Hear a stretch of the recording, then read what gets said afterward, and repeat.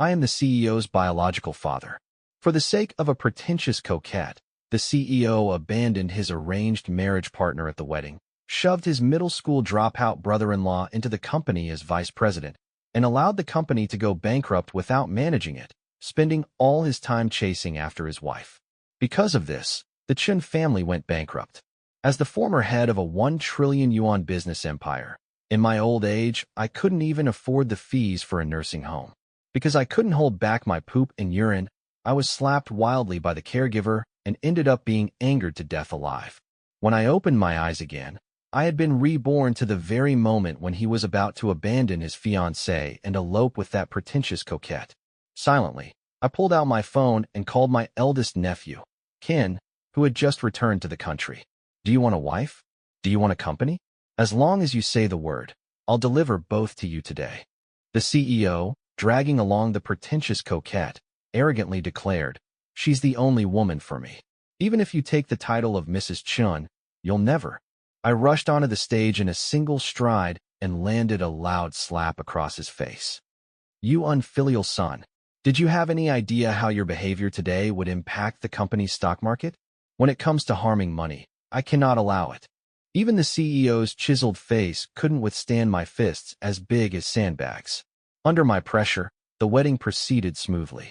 The pretentious coquette was dragged backstage with no chance of appearing again during the whole banquet. But when I let my guard down for a moment, he went to trample on his new wife. My heart belongs only to Isabella. After the marriage, you must obediently stay home, take care of my parents, and never believe her. If you ever make her shed a single tear, I will destroy your entire Zhang family. Should he even guess why this marriage alliance with the Zhang family exists? Of course, it's because both families are evenly matched, working in overlapping industries, able to help each other, using the marriage as an opportunity to bind the two families together, avoiding future conflict. I appeared instantly before my daughter-in-law and swung another round slap at his face. He covered his swollen cheek. Dad, what on earth are you doing? I should be asking you. May is getting married, and yet that woman is singing and dancing here? Do you think this is appropriate? And pretentious coquette my ass. What decent and virtuous girl sneaks into someone else's wedding without an invitation just to steal the groom? My questions grew louder and louder. Hiding behind the CEO, the pretentious coquette finally stepped forward. Uncle Chun, everything is my fault. Please don't blame President Chun. I only wanted to see him one last time and say goodbye. I even bought the plane tickets to go abroad. Yes, and they were round-trip tickets for two. The two of them had planned to fly overseas for their honeymoon, blocking all contacts, leaving me, an old retired man, to clean up their mess and leaving the poor daughter-in-law who hadn't even received the marriage certificate yet abandoned at the wedding. Since I had been reborn, how could I not know what schemes they were plotting?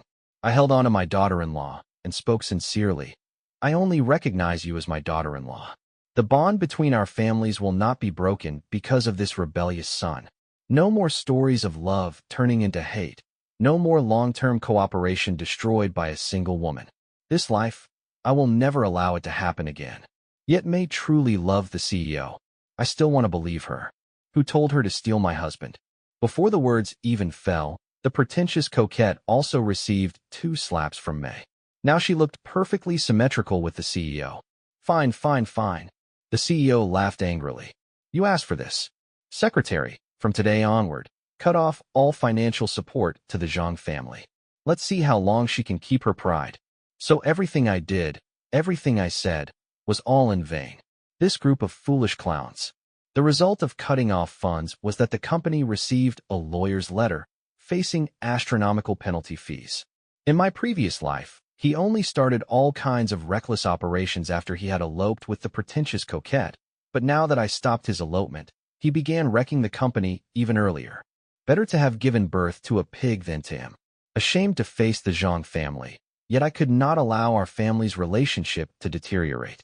I had the pretentious coquette removed from their bridal home, changed the locks, and handed the only key to my daughter-in-law. Young people's matters are beyond the understanding of an old man like me. But in a marriage, quarrels by the bedside end with reconciliation under the quilt. There's nothing that cannot be overcome. Let him stay here with you. Once you've talked things through, we'll discuss the rest. In my previous life, I was so miserable that I ended up in a nursing home, bullied by caregivers because I couldn't pay the fees. Even when I soiled myself, I was beaten. Reborn, I have come to terms with it all. A real man's got a big butt. If you cause the mess, you go clean it up.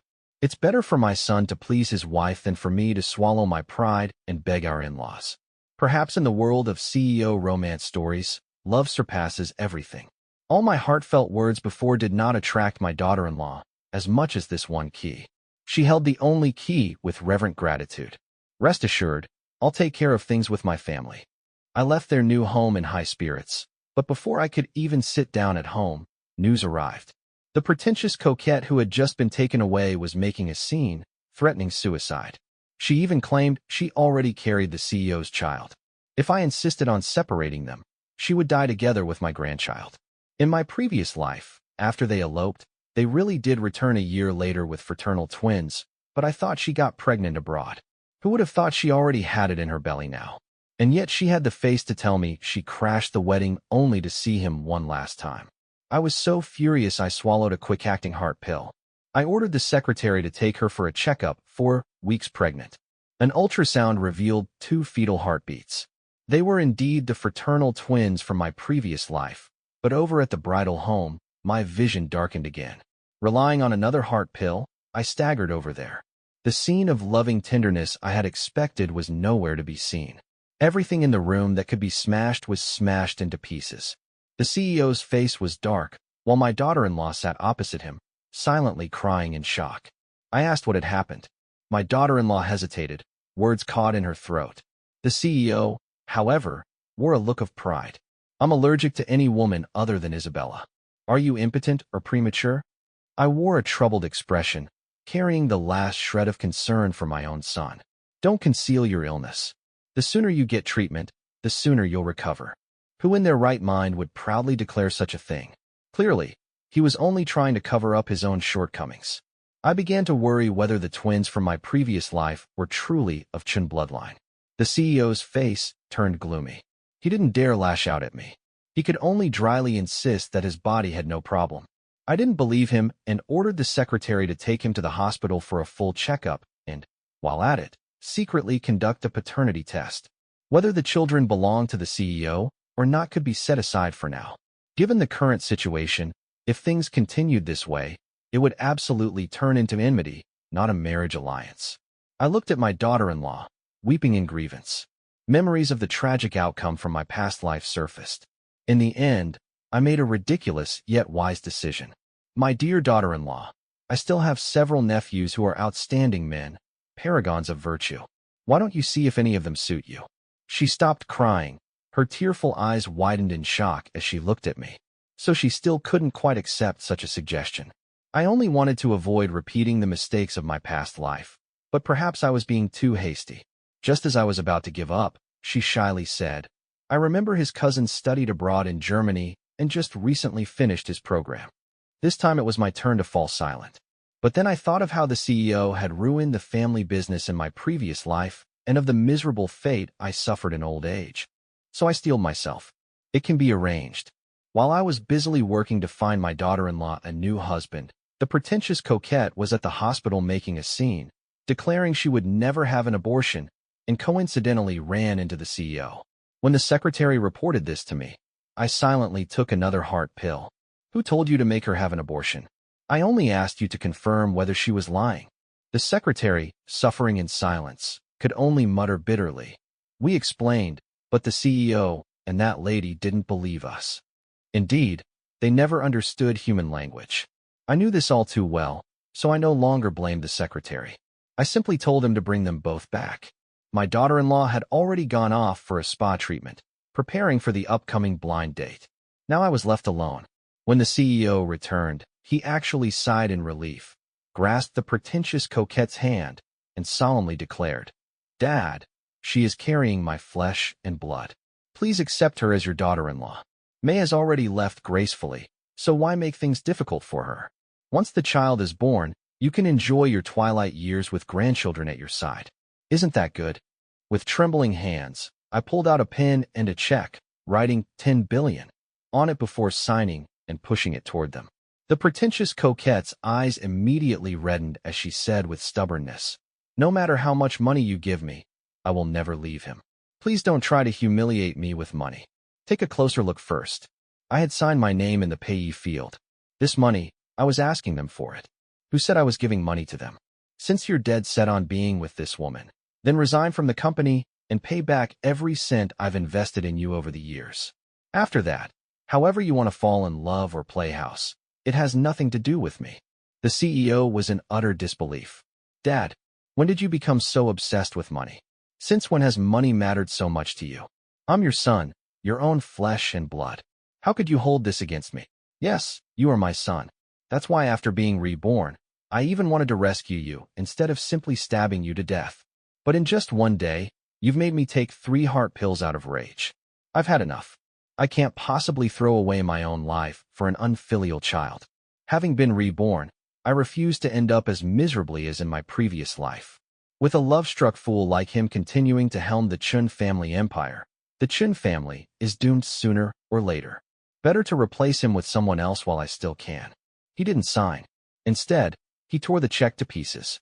"So this is your way of forcing me to be ambitious? Isn't this a bit too cliché? My whole life, I followed the path you laid out for me.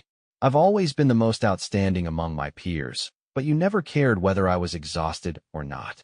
Only Isabella understands me. Only she truly gets me." He slammed the table, stood up, and shouted at me. "In this lifetime, I will marry no one but her. Even if you threaten me with the company, I will never give in." And he really did go and resign from his position. But company positions can't be resolved with just a few words. I had already stepped down, and he had been running the company for years, just like how cutting off cooperation funds as a joke only turned the company into a laughingstock.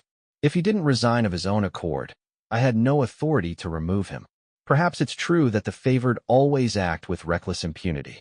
In my past life, I did indeed indulge him too much, but in this life, I care more about securing my own retirement.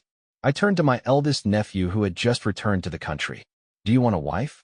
Do you want a company? As long as you say the word, I'll hand both to you today." My nephew didn't respond, probably thinking I'd lost my mind. "As long as you're willing to marry May, continue the marriage alliance. I'll help you become the head of the Chin family." "Uncle, you must be joking. With my cousin around, why would you try to pull me in? The company doesn't belong to me, nor to our family alone. A trillion-yuan business empire means countless subsidiaries under the group, multiple industries where we lead the market, and millions of employees' livelihoods. It's not just some backdrop that can be discarded because they want to play out their little romance. He may not be my son by blood, but at least a normal man wouldn't deliberately destroy the company. And with the shares in my hand, as long as he runs the company properly, just the dividends alone would be enough for me to live out my old age in peace." Of course, he agreed. Anyone with a brain wouldn't pass up such a golden opportunity, except for Charshu. His brain had already been parasitized by a terrifying virus called love. While my eldest nephew gradually took over the company, and at the same time courted May, he moved into the pretentious Coquette's shabby 40-square-meter rental, saying he wanted to rebuild from scratch without relying on his family. By the time May had shifted her affections and gone to register for marriage with my nephew, the pretentious Coquette was already showing her pregnancy. At the earlier prenatal checkup, it was less than 8 weeks, so DNA verification couldn't be done, so I wasn't certain if the twins were actually his. But the CEO firmly believed they were his children. His love for Isabella was so hopelessly deep that even while living on scraps, he never considered bowing his head to me. At most, he occasionally sent harassing texts asking if I regretted driving away such an outstanding son. I blocked him without a word, and after that, I didn't hear from him for a long time, just like in my previous life when he fled the marriage and disappeared for a year. But now, I no longer worried about his safety nor fretted about the company's falling market value. My eldest nephew was a rising star, steadily taking over the company under my guidance. He let the marriage be arranged, and his feelings for May gradually deepened. He was clearly someone worth grooming. Just when I thought the farce from my previous life had finally come to an end, the pretentious Coquette suffered massive hemorrhage during childbirth, and she turned out to have the rare panda blood type, with the blood bank lacking sufficient reserves. Coincidentally, May had the same blood type. The CEO directly ordered people to drag her over. When I arrived at the scene, I heard him roaring at the doctors. Draw her blood. Even if you drain every last drop, you must save Isabella for me. If she dies, I'll bury all of you with her. What era are we living in? This is a society ruled by law. If word of this got out, it wouldn't matter that he had already left the company. As long as his surname was Chun, he would drag down the reputation of our entire family. It could even result in many people being summoned for questioning. That familiar stabbing pain of a heart attack hit me. I strode forward, swinging a full-force slap that sent him crashing into the wall. Then I shielded my niece-in-law behind me. You bastard. I dare anyone to try. The CEO held his swollen face. Dad, why are you protecting her? Don't you realize the one on the operating table is my wife and your own grandchild? I had bodyguards drag the CEO away. Causing a scene in a hospital was nothing but a disgrace to me. My apologies, everyone. Please just follow all the medical protocols. As for my son, I tapped my temple. Inside his head isn't quite right. When his wife ran into trouble during labor, he panicked so badly he started spouting nonsense. Even without my niece-in-law donating blood, the twins were still delivered safely. The CEO didn't think he had done anything wrong. Holding the babies, he proudly showed them off to me. Isabella gave me a son and a daughter. She's a great contributor to the Chin family, and I want to reward her with 10 million. I said nothing. Then he tried to shove the babies into my arms. But my accounts are all frozen now, so Dad, you. I pushed the children back to him and said, go chase after your so-called love, but don't even think about counting on me. And don't harm May. She's already married. Her relationship with her husband is strong. Don't drag her into your mess again. The CEO's expression froze. He hadn't expected me to be this ruthless. After all, in my previous life, when he returned with Isabella and the twins, I had handed the well-managed company back to him again. Other than advising him not to disappear suddenly anymore and reminding him that as a married man he needed to take responsibility, I never spoke harshly to him. Now he was probably still waiting for me to beg him to return to run the company and inherit the family fortune. I told him, from now on, the Chin family's money has nothing to do with you. During the time you've been gone, both the company and the household have been managed entirely by your cousin, including the marriage. The CEO hadn't expected me not to wait for him this time. After a long silence, he sneered, Dad, that joke isn't funny. What? Do you have some illegitimate son out there? Could anyone possibly be more outstanding than me? I was speechless. Even if I tied a dog to that position, it would do a better job than him. I knew his brain was diseased. Now reasoning with him was useless, so I gave direct orders to the secretary. Hire 10 tutors for him to take turns teaching him basic law until he learns to follow rules and obey the law. Don't let him go out and embarrass himself again. And those 2 children, hire 4 nannies to care for them and have that pretentious Coquette go learn alongside them. In my previous life, their so-called love story was nothing but chaos. One child ended up autistic, the other precociously cunning like a little monster. All that talk of genius children, weren't they just forced out by bad parenting? Maybe the children still had hope if separated from these unreliable parents. No one protested my arrangement to take the children away. The CEO once again revealed that alto familiar sinister smile, confidently whispering to the pretentious Coquette, I knew it. Dad talks tough, but has a soft heart. He can't resist our children. When you go visit them, just call him father-in-law more often. Do you think he'll really keep rejecting you? Even now, they still refuse to believe that I would abandon them. When my eldest nephew, Ken, learned that May had nearly been forced to donate blood, he hunted down the CEO and beat him within an inch of his life. In theory, the two were evenly matched in skill, but my nephew had brought along an entire team of bodyguards.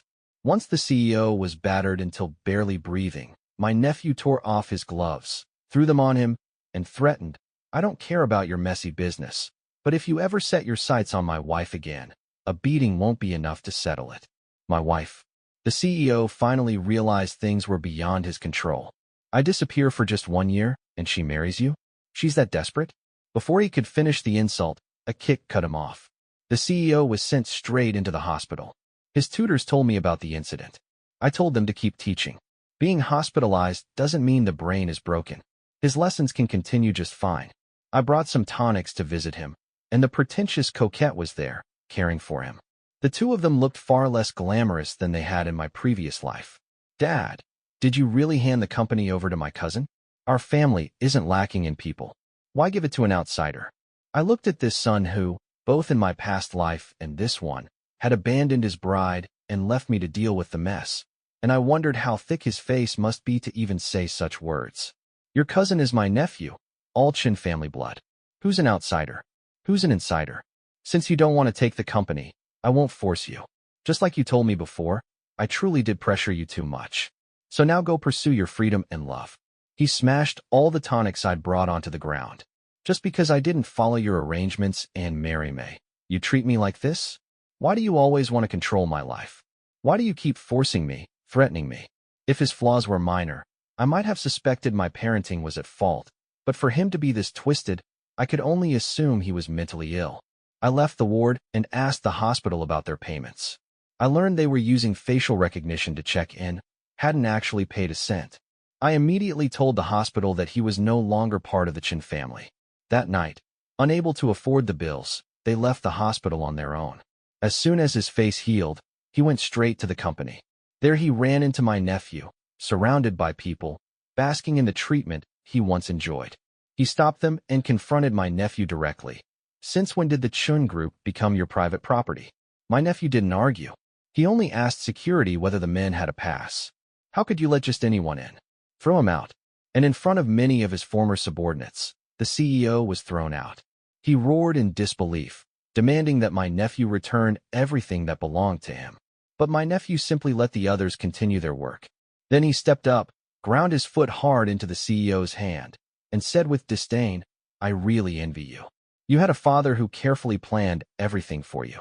All you had to do was follow his arrangements to achieve success and glory. But not only did you not want it, you despised it all. Who's to blame for that? Just then, newly married May came to deliver lunch and happened to witness the scene. She quietly stood beside my nephew, took his hand, and silently showed her support. The CEO still refused to believe it. He scrambled up from the ground, seized May's wrist, and demanded to know if this was all some kind of play that they had conspired to deceive him. She couldn't break free and looked to my nephew in distress. And then the CEO got beaten again. Right in front of him, his cousin's wife kissed my nephew. In the past, I must have been blind to ever fall for you. Why would I ignore a handsome, capable husband and instead cling to a rotten cucumber like you? They humiliated the CEO from head to toe, then left together in the executive elevator. The CEO's belated rebellious phase suddenly ended. Several times he came back, trying to show me his filial piety. Even though he had been kicked out, he never complained, growing braver with each setback, his attitude 1,000 times better than before.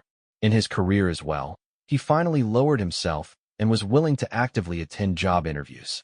After all, he was an Ivy League graduate, and before falling in love, he had managed the company with ease, without making any major mistakes. Even without my approval, he successfully interviewed for an executive position in a subsidiary. After making some achievements there, he returned to the main company to report. The secretary whispered in my ear, pleading on his behalf, he's still your biological son. Perhaps he was possessed by something when he did those things before. Since he's changed now, why not give him another chance? I didn't agree, but neither did I chase him away. After all, climbing back up to an executive position, he had relied on his own efforts. As long as he corrected his mistakes, I wouldn't destroy him completely. Yet, remembering my previous life, I still couldn't feel at ease, so I transferred several reliable secretaries to the subsidiary to keep an eye on the CEO. It didn't take long before he abused his power, bringing in his junior brother-in-law fresh out of prison with nothing more than a middle school education. But his current position wasn't high, unlike in my previous life, where he could easily make him vice president. Now the brother-in-law could only be slotted in as an ordinary staffer. Yet just like before, he used his relationship with the CEO to harass female colleagues and pocket company property. The only difference was that instead of misappropriating millions, now he was profiting a few cents per page by abusing the printer. As for the women, without the title of vice president to shield him, no one humored him. When harassed, they cursed him out, and if it got serious, they hit him. In the subsidiary, this man was like a toad, disgusting but not enough to constitute a crime. I had his actions documented and sent to the CEO. 3 times this happened, and still he did nothing. So I went to him with the files myself. So this is why I've been getting these reports lately? It was your arrangement? Yes, my arrangement. So what do you think after reading them? He felt no shame. Instead, he was proud. He's my brother-in-law. It's normal for him to enjoy some privileges in the company. Besides, he's a sensible person and hasn't done anything wrong. I remembered in my past life when his brother-in-law caused trouble, he had worn the same expression. But back then, it had nearly cost lives and caused the company tens of millions in losses. He didn't notice my rising fury. And besides, Isabella has been throwing tantrums lately. I need to keep her brother close by, so she won't secretly run away. And then why should the company foot the bill for your romance? My last shred of hope for him was completely extinguished. I left his office and immediately ordered termination contracts to be drawn up, not just for his brother-in-law. He could pack up and leave too. I finally understood his biggest flaw wasn't even being love-brained, but his utter disregard for rules and law. Living in the 21st century, yet still carrying the mindset of a feudal lord. In his eyes, the whole world revolved around him. Anyone and anything he didn't care about should unquestioningly serve him like slaves. Such a son, I could no longer afford to keep. After having him dismissed, I contacted my eldest nephew and asked him to organize a press conference. There I publicly severed ties with him. The CEO was the last person to know. When the termination letter was handed to him, he tore it up and threw it in the trash. The next day, he went to work as usual, only to find he was no longer an employee and couldn't even get into the building. Blocked outside the company with him was his brother-in-law. Brother-in-law, what's going on? Didn't you tell my sister you'd arrange a good future for me? That disdainful look from his brother-in-law pierced him deeply. Before he could come up with an excuse, a group of reporters fresh from the press conference. They surrounded him. Why has Chairman Chin disowned you? How do you feel about being expelled from the family? Is there an inside story you can share with us? Faced with the flashing cameras, his face turned dark. He grabbed a reporter who shoved a lens in his face and demanded to know what this meant. The reporter showed him the draft news article along with the full video of the event. In the video, I solemnly announced that I was handing the family business over to my nephew, Ken, and severing all ties with him. The lawyer was present and the transfer of assets had already been notarized. Meanwhile, my nephew's wife stood happily at his side, all smiles. Everything emphasized one fact. He had truly been abandoned. He refused to believe it and tried to storm in to confront me. Stopped by the bodyguards, he was only dragged back under my permission. Dad, you're really giving the family business to my cousin? What right does he have? I'm your son. I'm not giving it to him. Competence decides who holds it.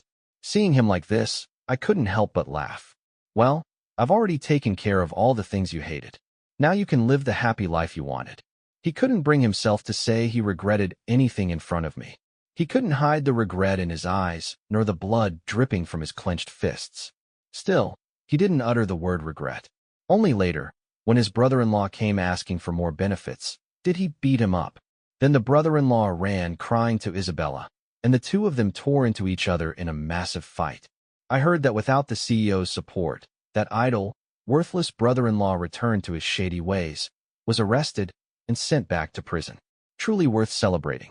After the brother-in-law went back to prison, the couple's relationship sank to rock bottom. The pretentious Coquette constantly tried to run away, saying his love was suffocating her. The CEO, reedied and clutching his waist, swore that he could give her anything but freedom. Then the pretentious Coquette demanded her brother be returned to her side, and the CEO actually tried to make it happen. As a result, he was detained for 15 days for picking quarrels and provoking trouble. 10 tutors had taken turns trying to drill legal knowledge into his head, but none succeeded. My nephew, Ken, asked me if we should bail him out. I refused. We've already severed ties. Let's cut it clean so he has no illusions left. My nephew let out a rich, old money laugh, praising me endlessly. Uncle, you are truly decisive and resolute. Lately, many have whispered in my ear that since you could be so ruthless with your own son, you must only be using me, that I should be on guard and perhaps even get rid of you to prevent future trouble. I laughed as well. If I could keep such close watch over the CEO, how could I possibly let my nephew slip by unnoticed? The fact that he confessed this to me meant he hadn't been swayed. He was sane, resourceful, and capable of managing the family empire. A good candidate indeed. Uncle, without your foresight, the Chun Group wouldn't have the glory it has today. Destroying the foundation for short-term gain or throwing away potential out of fear has never been my style. If there's anything I can do, please command me freely. He extended his hand. Shall we wish for a pleasant cooperation? I grasped his hand and calmly acknowledged his suspicion. The future is ever-changing. Let's hope we can find the right path together. The brilliance of my career could not erase the stain of having such a troublesome son. Their only connection to me now was the two children being raised by my side. At just over a year old, the twins were beginning to talk, an age when emotions are most keenly felt. Isabella had 4 visits a month to see them. Each time, a nanny was always present. At first, her behavior seemed normal, but today when she arrived, she clutched her son and wailed, "Mommy has no one to rely on but you, baby. You must grow strong quickly so you can protect Mommy." Through her sobs, she spoke of the CEO's cruelty and neglect, of her own hardships. I rushed over, but before I could say anything, the child burst into hysterical wailing. The startled nanny, who had been dozing off, immediately snatched the child from her arms. On his chubby little arms, several bright red pinch marks stood out. The nanny hurried to soothe him. I ordered the bodyguards to restrain the pretentious Coquette and drag her away. From the bottom of my heart, I asked her, "You have hands and feet. Can't you work for yourself? You expect a 1-year-old child to raise you? What on earth is in your head?" She cowered yet spoke with self-righteousness. "They're both genius babies. Only if I talk like this will they understand my suffering." Yes, they were geniuses indeed. The elder brother, a hacker prodigy, breaking into company secrets at the age of 3, only to be taken away to have his worldview corrected. He died never knowing whose hands had shaped him. The younger sister, a dancing prodigy, but lost in her own world. At her very first public performance, she committed suicide on stage, leaving a final tragedy. I had once suspected the Chin family carried some genetic curse, never suspected it was her planting such twisted thoughts in them from the start. That familiar stab of a heart attack surged through me. I ordered her sent to the hospital. Soon, the pretentious Coquette was diagnosed with mental illness. I arranged for the best psychiatric hospital and forbade her from seeing the children again until she was cured. When the CEO was released and discovered the pretentious Coquette had disappeared, he stormed over to me. "Where have you hidden Isabella? I warn you. Return her to me or be prepared to face my wrath." What wrath? The gravest harm he could inflict on me now would be to strip naked in public, defecating while shouting that he was my son. Other than that, I couldn't think of a single way he could threaten me. How did he even have the face to utter such words? I had no interest in watching him prance around in front of me any longer. I simply said, "I'll send you to see her." Unsurprisingly, the CEO also turned out to be mentally ill. I arranged for him to live next door to the pretentious Coquette in the hospital, where the staff happily humored their delusions. For them, going there was like coming home, perhaps even happier than being at home. Maybe this was what it meant to put the right people in the right environment. Relieved, I devoted myself to raising the 2 children. I tried my best to give them a happy, carefree childhood suited to their age. They remained bright and gifted, but not nearly as extreme as in my previous life. At 3 years old, the brother was just learning to play matching games on the computer. The sister, dressed in a tutu, pouted and asked me to take pretty photos of her. Living off the monthly company dividends, I finally enjoyed a good life I had never known in my previous lifetime. When the elder grandson turned 20, he too entered the company as an intern. By then, my eldest nephew, Ken, and May also had children of their own, yet they both agreed the company's successor should be chosen from the most capable, giving all cousins a fair competition. I knew what they meant. The situation with the CEO must never be allowed to repeat. Out of respect for my pride, they didn't say it outright. This remained a thorn in my heart. I never wronged the CEO in any way, and before meeting Isabella, he truly was the most outstanding among his peers. It was only after cutting a bloody path through his generation that he won the right to lead the Chin family. So why did he suddenly become so foolish? When the elder grandson had already become a department manager, he went to attend his younger sister's first musical performance.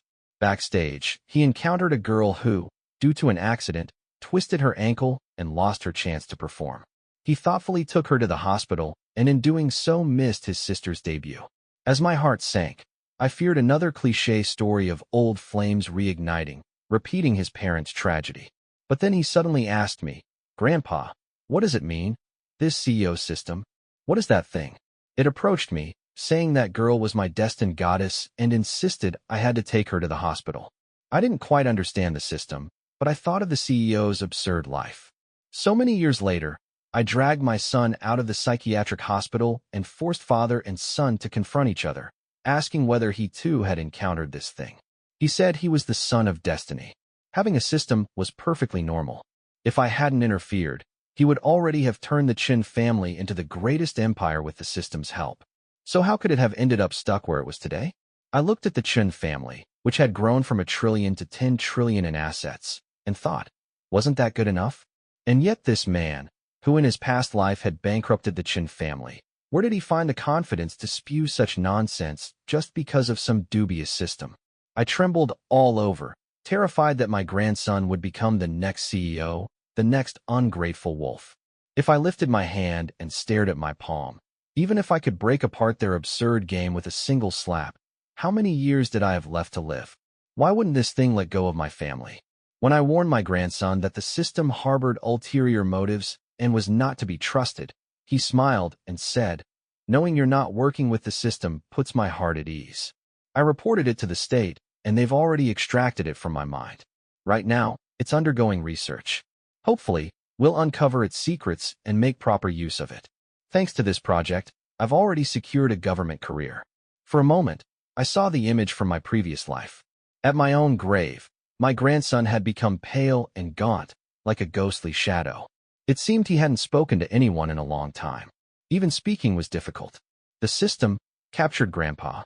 Sister, they're both dead. Even after his parents went bankrupt, he and Isabella only cared about their endless chase of love, indifferent to the world. He had seized the system behind it all, but everything was already beyond repair. After mourning his family, he followed them into death. I rushed forward, embracing my grandson, weeping bitterly. I cursed the system while soothing him, insisting everything was already over. But I didn't forget one last thing. I told him to solemnly apologize to his sister, to explain so their sibling bond wouldn't be broken by this matter. His sister said that although he had left in a hurry that day, he had transferred her $10 million. She had forgiven him then and there. Good. That was what a true CEO ought to do. Once the system was gone, the CEO finally awoke from his false dream and realized how thoroughly his life had been ruined. He wanted to make a comeback, to re-enter the company and prove himself. But after all these years, I slapped him once again and told him to get lost. To redeem himself first, to apologize to all those he had hurt with his actions, and not to show his face until he had earned their forgiveness. The one he had wronged most deeply was May, who in this life had remarried his cousin. The CEO got stuck there, and that impasse lasted his entire life.